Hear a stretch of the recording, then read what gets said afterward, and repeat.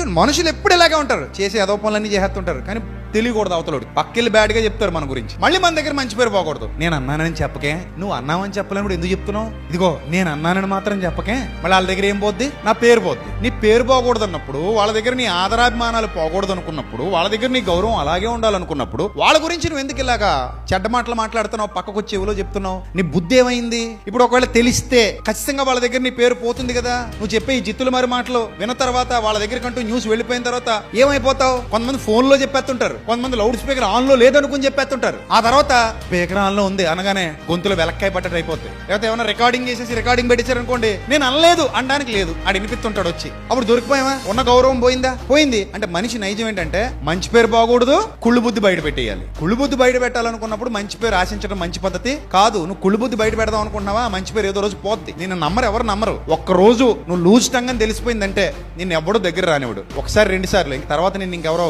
అసలు నమ్మరు. ఉన్న గౌరవం బాగొట్టుకుంటావు అనమాట. చాలా 2 పడవల మీద కాలేయడం ఎప్పుడు కరెక్ట్ కాదు.